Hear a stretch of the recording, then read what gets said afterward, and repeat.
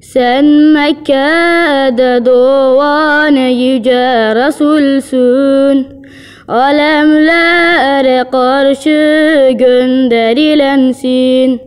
Sana inananlar kurtuldu elbet, merhameti sonsuz ey peygamberim.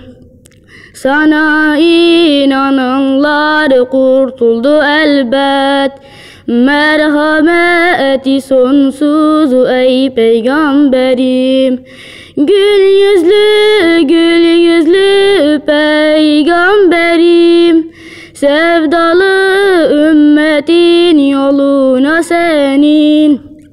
Eşin yok benzerin cihanda senin, merhameti sonsuz ey peygamberim.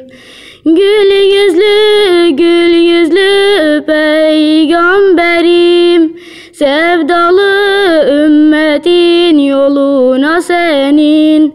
Eşin yok benzerin cihanda senin, merhameti sonsuz ey peygamberim. Çektin çile zulüm zalim kullardan, üzdüler seni can peygamberim. Üf bile demedin, sabır eyledin, merhameti sonsuz ey peygamberim. Üf bile demedin, sabır eyledin, merhameti sonsuz ey peygamberim.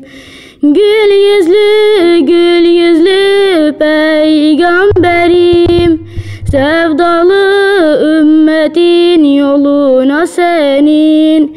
Eşin yok benzerin cihanda senin, merhameti sonsuz ey peygamberim.